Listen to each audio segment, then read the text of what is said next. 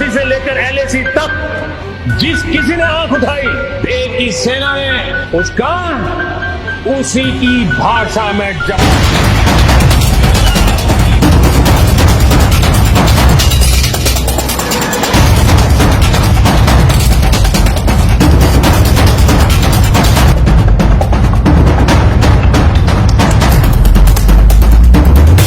दोस्तों, अगर भारत एक काम कर लेता है तो अगले 10 दिनों में अक्साई चीन एक बार फिर से भारत का हिस्सा बन जाएगा।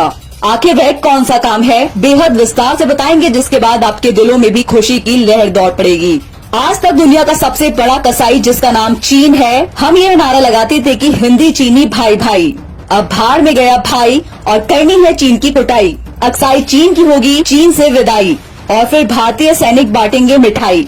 70,000 से ज्यादा सेना चीन को ठोकने के लिए उसके घर में घुसने के लिए तैयार है, और जैसे ही मोदी जी आदेश देते हैं, चीन को चीर दिया जाएगा।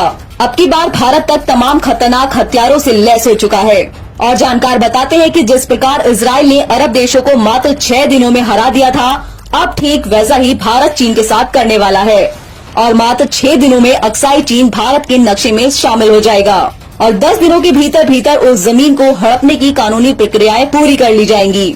और भारत ने यह सभी कुछ फटाफट करने के लिए तैयार कर लिया है मास्टर प्लान। अब तक रूस जो चीन के हाथ में हाथ डालकर बैठा था, अब उसे समझ आ गया है कि चीन कभी भी किसी का दोस्त नहीं हो सकता। पिछले कुछ दिनों में दोस्तों, चीन के सैनिकों ने रूस के जमीन को हड़पने की कोशिश की थी, जिसके बाद रूस ने चीन को तगड़ा जवाब दिया। और इसी कारण खुफिया सूत्रों के अनुसार एक बात निकल कर आ रही है कि रूस ने एक बयान जारी करते हुए कहा है कि भारत को अपनी जमीन की रक्षा की पूरी आजादी है, और उसे अपने सारे पुराने जमीन चीन से हड़प लेने चाहिए। चीन की दादागिरी देखते हुए रूस की यह नाराजगी कुछ दिन पहले ही भड़क उठी थी। रूस की ये बात एक तरह से भारत के लिए ग्रीन सिग्नल मानी जा रही है, जिसमें रूस ने कहा कि भारत तुम आगे बढ़ो, हम तुम्हारे साथ हैं। और इसके बाद अब मोदी जी जल्द ही भारतीय सेना को हरी झंडी दिखा देंगे, और फिर खेल शुरू हो जाएगा। भारतीय सेना के लगातार प्रयास के बाद अब यह देखा जा रहा है कि चीन अपने आप को बेबस और कमजोर महसूस कर रहा है, और इसी कारण वे धीरे धीरे अब अक्साई चीन छोड़कर भागने को मजबूर हो गए हैं। भारतीय सैनिक एक बार फिर से पूरे चीन को घेर चुके हैं, और अब की बार अक्साई चीन को वापस लेने के लिए वायुसेना के कमांडरों ने जबरदस्त तैयारी कर ली है। कई महीनों से भारत लगातार अक्साई चीन के आसपास छोटे छोटे खुफिया घरों का निर्माण कर रहा था, तो अब वे सब बनकर तैयार हो चुके हैं। अब भारतीय सैनिकों को छुपने के लिए एक जबरदस्त सिस्टम तैयार हो चुका है।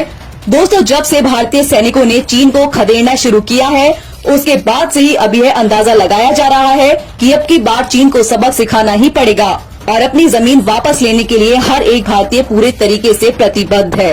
और इसी काम को साकार करने के लिए तीनों भारतीय सेना एकजुट हो चुकी है, और लद्दाख के आसपास राफेल विमान मंडराने जा रहा है। अब की बार युद्ध होगा तो हो सकता है कि भारत की तरफ से हो, एक भी सैनिक की जान नहीं जाएगी, क्योंकि भारत ने बेहद खुफिया तरीके से तैयारी कर ली है। जी हाँ दोस्तों, अब की बार भारत की मदद के लिए इजराइल हमारे पीछे खड़ा रहेगा, और उसकी खुफिया एजेंसी मोसाद चीन के सैनिकों की पल पल की खबर हमें देती रहेगी, जिसके बाद यह माना जा रहा है कि यह भारत के लिए बेहद सकारात्मक माहौल बन चुका है। और अब माना जा रहा है कि चीन को धूल चटाकर भारत को अपना नक्शा पूरा करने का समय आ चुका है। देशवासियों, जब से यह खबर सूत्रों के हवाले से सामने आ रही है कि लद्दाख सीमा के पास भारत ने एक ऐसा घर बना लिया है जिसमें -45 डिग्री तक भी आराम से रहा जा सकता है, और यही अब की बार मील का पत्थर साबित होने जा रहा है। और फिर अपने हक की लड़ाई के लिए भारतीय सेना का विमान आकाश में गरजने जा रहा है।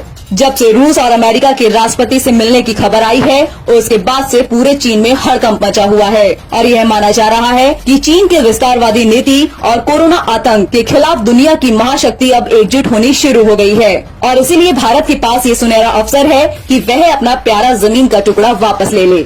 अब यहाँ पर यह सवाल होता है कि भारत तो अपनी जमीन पर कब्जा कर लेगा, लेकिन फिर अगर दोबारा चीन हमला करता है तो इसके लिए भारत क्या करेगा?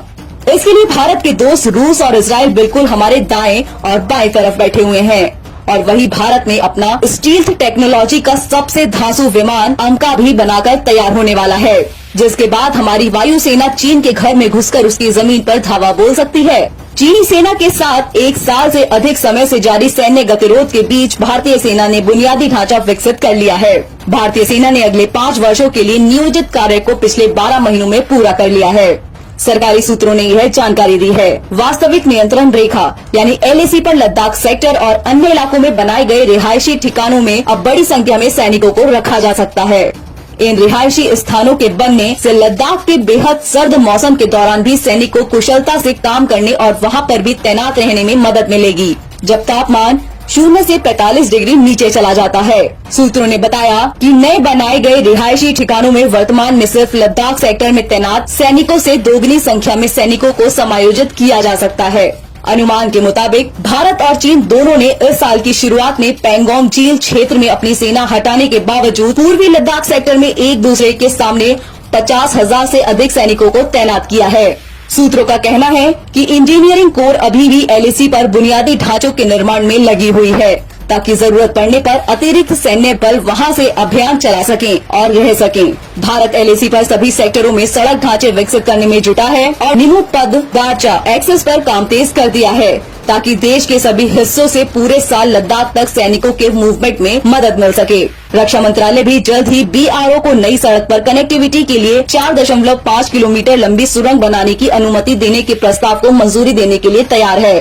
सेना के इंजीनियरों द्वारा सभी अग्रिम स्थानों के लिए संपर्क के लिए सड़क का निर्माण भी नियत तरीकों से काफी पहले उपलब्ध करा दिया गया है। भारत और चीन के बीच सैन्य गतिरोध पिछले साल अप्रैल-मई महीने में शुरू हुआ था, जब चीन ने पूर्वी लद्दाख क्षेत्रों में भारतीय क्षेत्र में सैनिकों को हटाने के लिए ग्रीष्मकालीन सैन्य अभ्यास का इस्तेमाल किया था, जबकि उन्होंने सिक्किम सेक्टर और पूर्वोत्तर में अन्य स्थानों पर भारत पर दबाव बनाने के लिए सैनिकों की तैनाती की थी।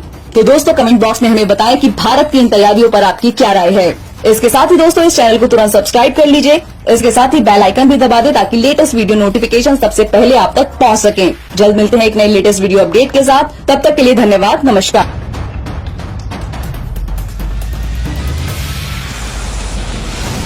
विस्तारवाद का युग समाप्त हो चुका है। ये युग